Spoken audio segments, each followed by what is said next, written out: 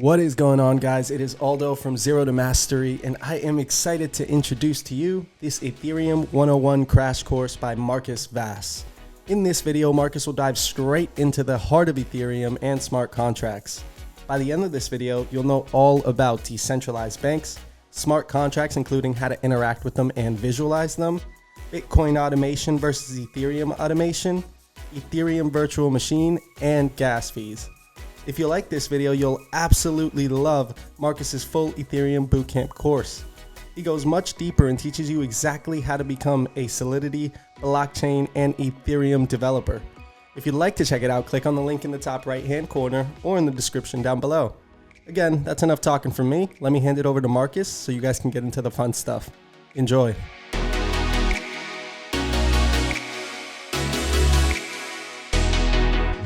All right. So we know how Bitcoin works now. It's a super cool, never-ending stream of transactions organized in a chain of blocks, the blockchain, distributed across every single Bitcoin network participant. A decentralized digital currency. Isn't that all we want? Are we done? Well, wait, isn't there this Ethereum thing? The name sounds cool, right? But what actually is it? Well, a lot of things between Bitcoin and Ethereum are actually the same. Ethereum also has a blockchain and a continuous stream of transactions. And those transactions are bundled in blocks as well. And they are also put together as this immutable chain of blocks, the blockchain. Okay, so then Ethereum came around and said, that's not good enough. But why? Why is it not good enough? Well, I can show you best with a simple example. Think back to digital money with banks. You don't trust banks, so you rather put your money into Bitcoin. But is that all that banks do? No, obviously not. Banks these days have all kinds of services that go far beyond just managing deposited money. For example, pretty commonly, you can borrow money from banks. And since banks want guarantees to get their money back with interest, you usually have to give them some security. This could be a house or even your stock market investments, which are then used as so-called collateral. And if you don't pay back your loan according to your contract, the bank will take control of those assets. For example, they will take your home. So you see, Bitcoin only solved one aspect which banks do, allowing digital money transfers, but nothing else. Ethereum, on the other hand, now enables one to truly build decentralized banks. And even more than that, not just decentralized banking applications, but any decentralized application. So what's the idea? Let's talk about it in the next chapter.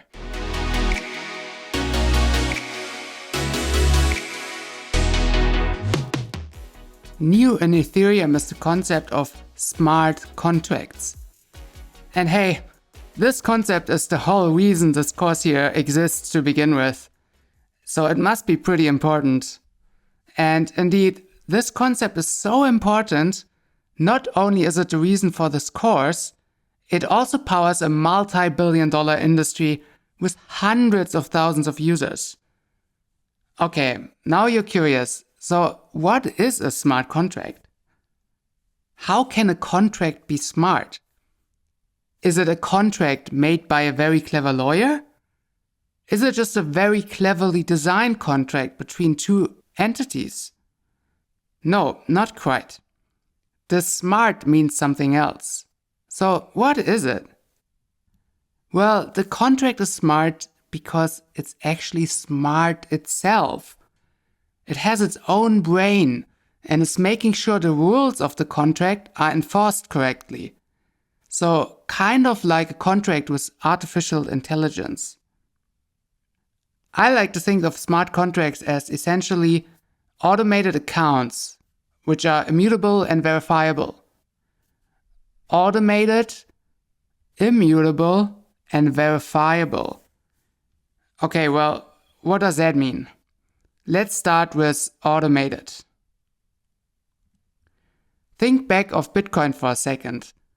Here we have all these people sending transactions like, hey, I send you 1 Bitcoin, then I send that person half a Bitcoin, and so on. So behind every transaction is a person sending out this transaction, sending it from his Bitcoin address to someone else's Bitcoin address. But now imagine a Bitcoin address is not a person anymore, but controlled by computer software. Who says it needs to be a person, right? I mean, we are talking about digital money. So of course, software could be behind automatically sending out transactions. And now, what does verifiable mean for software? When you have software on your computer running, do you know what exactly it's actually doing? Probably not, right? But what if you developed that piece of software yourself? Well, now all of a sudden you do know exactly what it's doing. And now imagine you upload the source code to something like GitHub. I'm assuming you know GitHub, but for the few that don't, it's a website to share the software source code with others. And now when you share source code like that, everyone who wants to can download the software, look at the source code, and understand exactly what it's doing as well. That's what we mean with verifiable. And now, what is immutable software? It means software that doesn't change its behavior once it's running. Okay, well, what does that mean? Well, when you run software on your own computer, how do you know its behavior is not suddenly changing?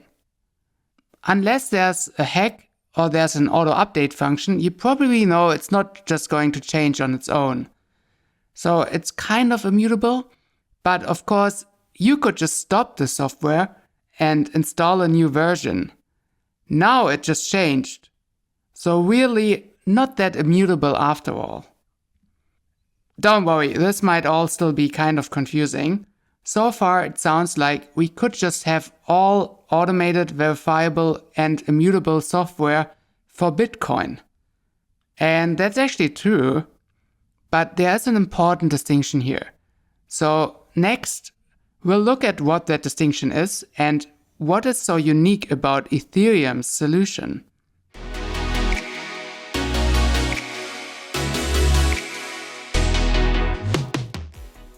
Okay, so automated, immutable, and verifiable software is somehow quite different between Bitcoin and Ethereum.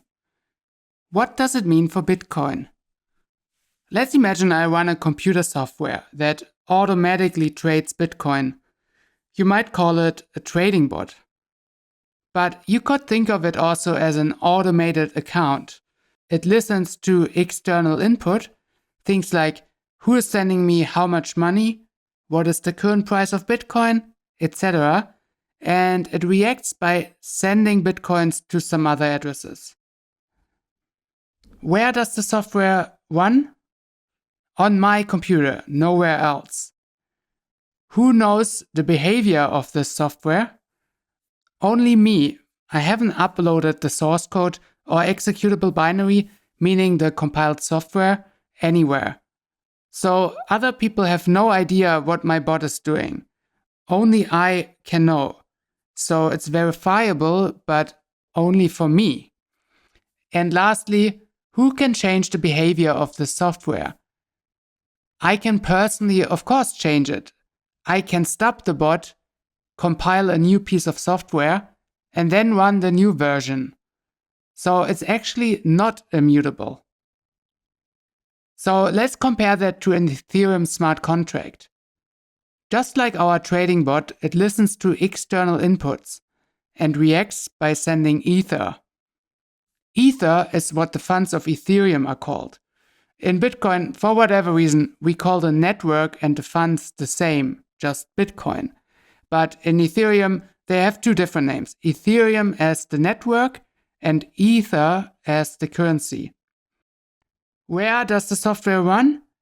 Not on my computer anymore. Instead, it's a distributed software which is part of the Ethereum network. Who knows what the software is doing? Everyone. Because it's distributed, everyone has open access to it and can look at the source code to figure out what it's doing. So it's verifiable not just for me, but for everyone. Who can change the behavior? Nobody. The software is running on every Ethereum node, and in many cases for all eternity as long as Ethereum exists. So it's immutable and no one, including myself, can change that. Let's talk an extra minute about what it means for the software to be distributed in Ethereum. Like, do we have one part of the software on one machine, another part here, and then when you run the software, it has to be taken from all these different places? No, exactly the opposite. The full software exists in one piece, but is replicated on every single participant of the Ethereum network, called an Ethereum node. So a participant is called a node. If every single node is running the software, it's of course not very efficient, but that's the price we pay to get full verifiability and immutability. So that's a smart contract in a nutshell. An automated account that is immutable and verifiable because it runs on every node of the network. Okay, what can we do with that? Think back to our bank loan example. Well, now you can have a smart contract which states the terms of the loan. Then a user could borrow money by putting in collateral and paying back the loan over time. But instead of a bank giving him the loan, every person can be a lender and earn interest. The borrower will only get back his collateral once the loan is paid back. If he fails to pay it back, the collateral is used to cover the loan costs. And yes, you've guessed it, we can do all of this in a smart contract, and because it's immutable and verifiable, you don't need to trust the other people. The contract defines the rules, and those rules will be cryptographically enforced. And with that, my friends, you can build decentralized banks, decentralized applications, decentralized autonomous organizations. Your imagination is the limit.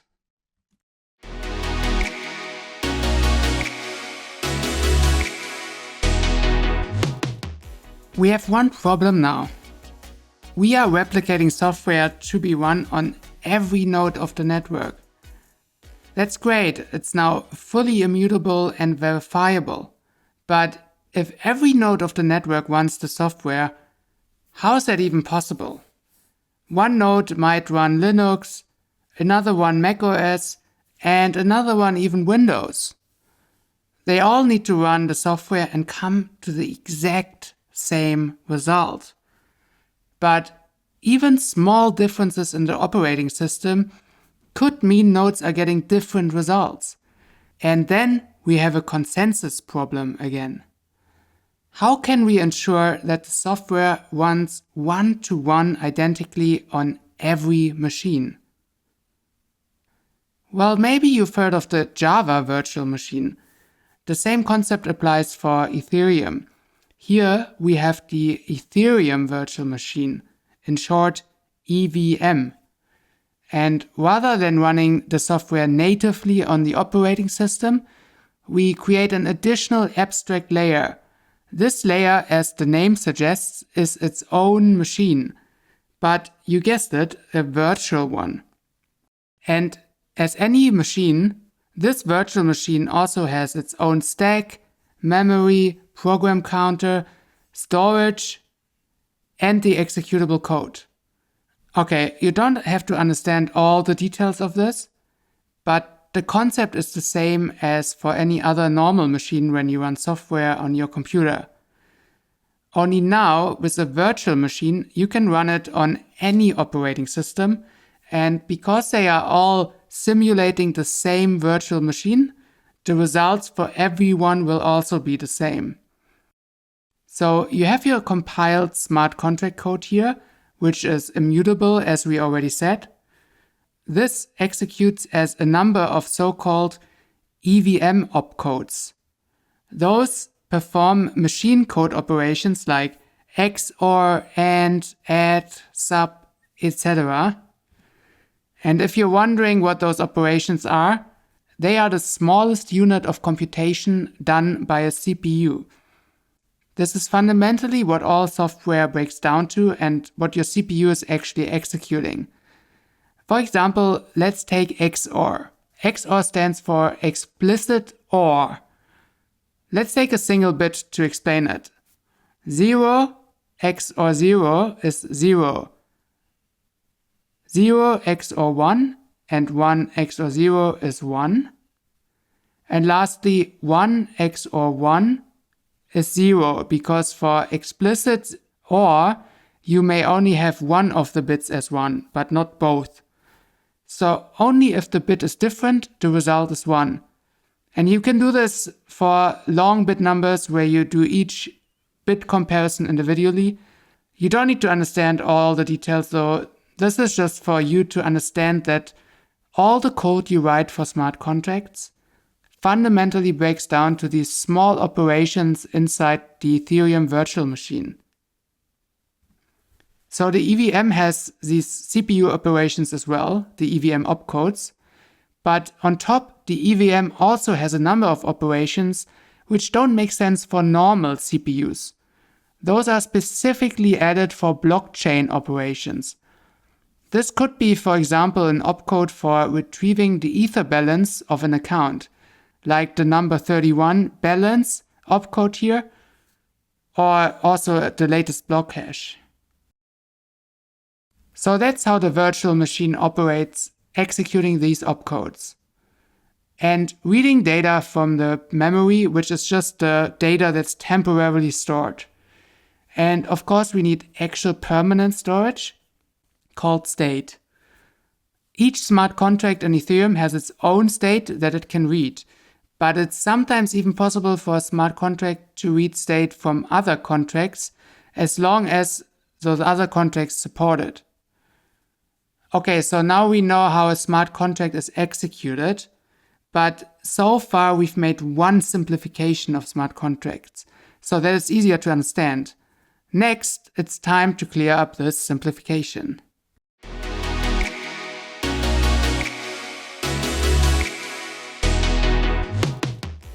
We have so far compared a smart contract to a trading bot. But there's one more important difference to a trading bot that you need to know. When the trading bot is running on your computer, it's basically running non-stop. At any point in time, you could take a look at what the software is doing, and you would get an answer like, right now it's sending out bitcoins. Right now it's requesting the Bitcoin price from Binance, etc. So at every point in time, the software is doing something. Even if that something is just a timeout sleeper function waiting for X amount of seconds. That's still doing something. But that's not the case for smart contracts.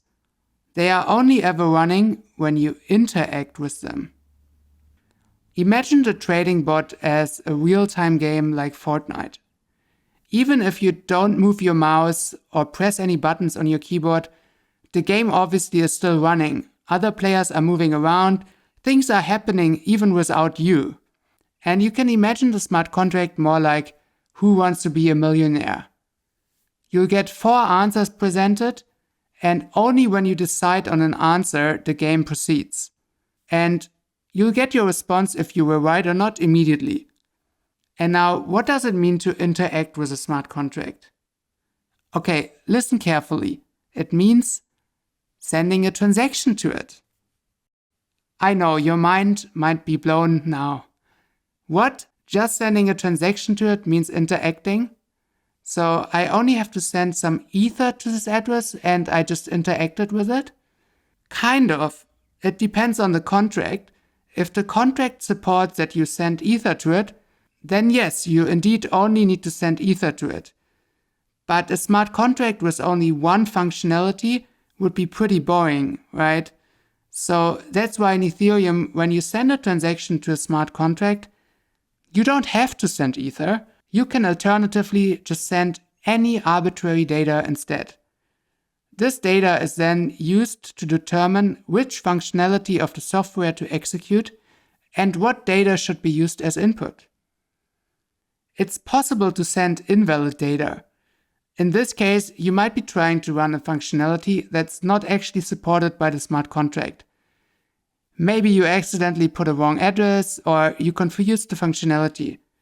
But don't worry, in this case your transaction is simply reverted, meaning it's ignored and never put into any blocks. But what happens if the functionality exists? Well, now the code is executed inside the Ethereum virtual machine. And what happens during the execution?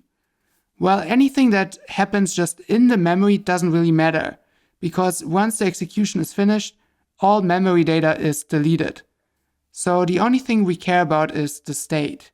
And that's why you could think of Ethereum also as a distributed state machine. And a state machine is a theoretical construct in computer science to describe such mechanisms. It's easy to imagine as a game where you might have 3 states: game over, game paused, and game running, and whatever the player clicks moves the game into a new state. If you want, try to create a state machine diagram like this, but for who wants to be a millionaire. Now for Ethereum, every transaction will bring the network in a new state. New state refers to the whole Ethereum network state, basically all storage, who owns how much ETH, and all data stored in all smart contracts. Each transaction will work on the current state and move the network to a new state. Or rather, each block where transactions run sequentially, since that's what happens in a blockchain, right? We always get a new block which moves us to a new state. Even for Bitcoin, only that in Bitcoin the data stored is simply this address has this balance, and in Ethereum a smart contract could store any data at once. So let's go through an example of how you would interact with a smart contract next.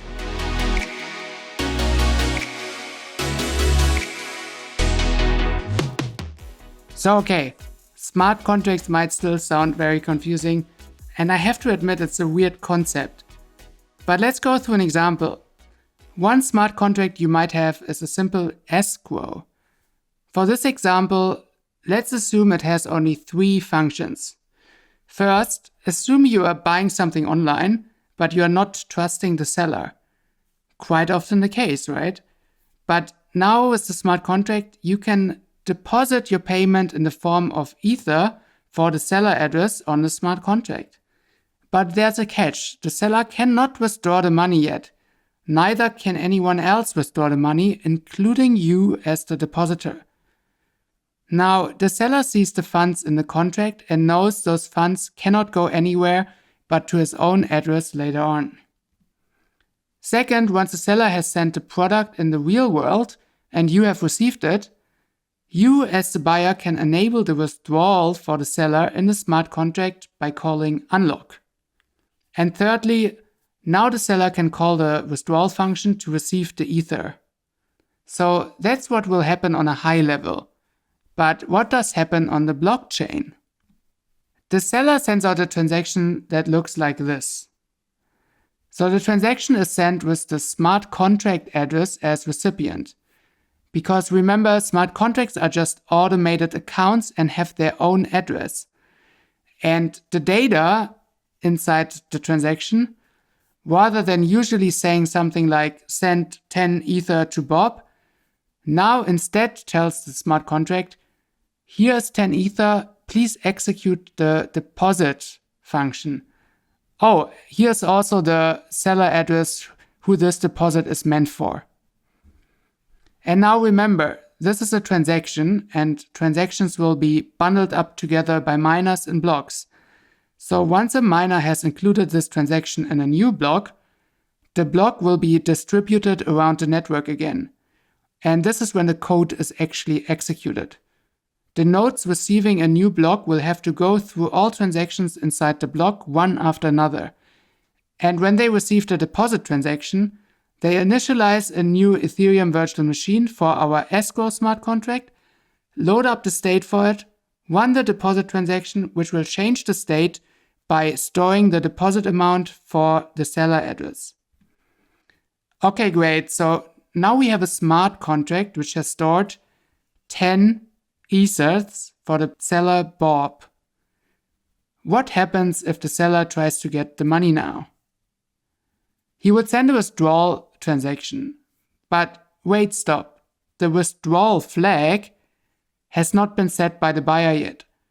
So during execution inside our Ethereum virtual machine, this would be detected and the transaction rejected. And so eventually the buyer enables the withdrawal and the same thing would happen.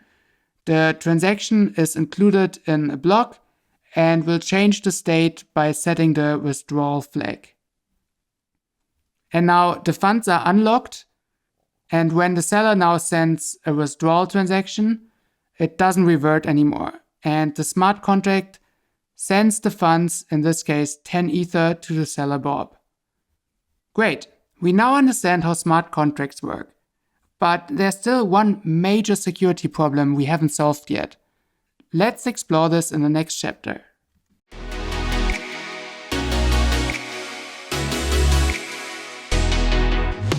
Okay, so a smart contract can only be interacted with by sending a transaction. But you might have realized that the whole thing is anything but efficient. Not only is the smart contract execution happening on every single node in the Ethereum network, but also whenever you store, for example, a single number in a smart contract, this number will be stored on every single node in the Ethereum network. It would be incredibly easy to make the Ethereum network unusable by storing lots of data and bloating the required storage space for nodes. And also, what would happen if our smart contract execution had an infinite loop? It would completely hang the network. All of this is actually another reason for why the Ethereum virtual machine exists. And it all has to do with gas. Gas. That's right. And indeed, quite similar to what you would get at a petrol station. It's the fuel for the Ethereum network. Every transaction needs it to run, like a car needs petrol. Each opcode in the Ethereum virtual machine has a gas cost attached to it. Most of them are fairly cheap, but some, in particular reading and writing smart contract states, are more expensive. Here on the evm.codes website is a great overview of all opcodes and their gas costs. You can see here most of them are fairly cheap, but some are more expensive. And in particular, the opcodes that are reading or writing to permanent state are more expensive. Especially storing new data is expensive, because now this data has to be stored in every node, taking up hard drive storage. Now, when running a smart contract with an infinite loop, eventually it would run out of gas. Just like a car driving infinitely in a circle would eventually stop because the tank is empty. And if you want to store data, it will cost you a lot of gas. So it would be very expensive for you to bloat the Ethereum network. Nice. So how do we get this gas? You can get the gas by using Ether. So how much gas do you get for 1 Ether? That depends on the transaction. You can configure this conversion rate by setting a so-called gas price. The higher the gas price, the more likely miners are to include your transaction in a new block. So you see here, the gas prices are fluctuating from day to day. The more transactions people are sending, the higher the gas prices will be. And you usually denote gas prices in gigawei, which stands for O and then 8 zeros, 1 Ether. So quite a small amount of Ether. But remember, this is what we pay per single gas unit used by the transaction. So for example, you have a gas price of 100 gigawatt and your transaction costs 21,000 gas. This is, by the way, the smallest gas cost any transaction can have in Ethereum. And now the cost in Ether would be gas used times gas price. So in our case here, in total 0.0021 Ether. And then you can convert this to US dollar or any other currency you want to figure out how much the transaction is costing you. And so why are the gas prices fluctuating?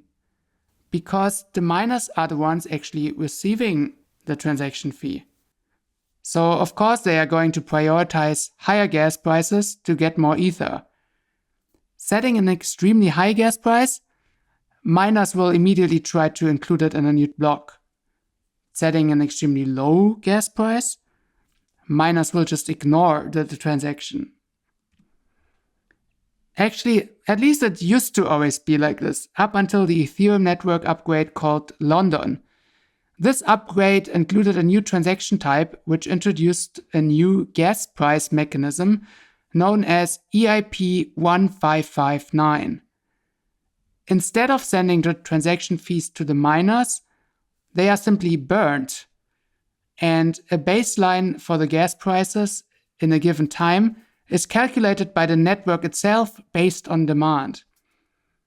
This gives users a better guarantee on what to set as gas price for their transaction to actually be included in the blockchain, rather than randomly guessing one and hoping the transaction will make it through. So since the Ethereum will be burned, it could actually mean that Ether as a currency becomes deflationary, as long as the burned amount for fees is greater than the newly minted tokens from proof of stake. Aldo here again. What do you think? Drop us a comment to let us know. Also, if you did enjoy this tutorial, make sure to check out Marcus's full Ethereum Bootcamp course, where you won't just be watching tutorials. You'll actually learn by getting to create your own ERC20 token, build your own stablecoin, and even build your own decentralized casino. If you want to gain the skills to confidently apply as a Solidity or blockchain developer, then this course is for you. And if you don't end up liking it, you can take advantage of our 30-day, no-hassle, money-back guarantee. Check out the link in the description below to get started.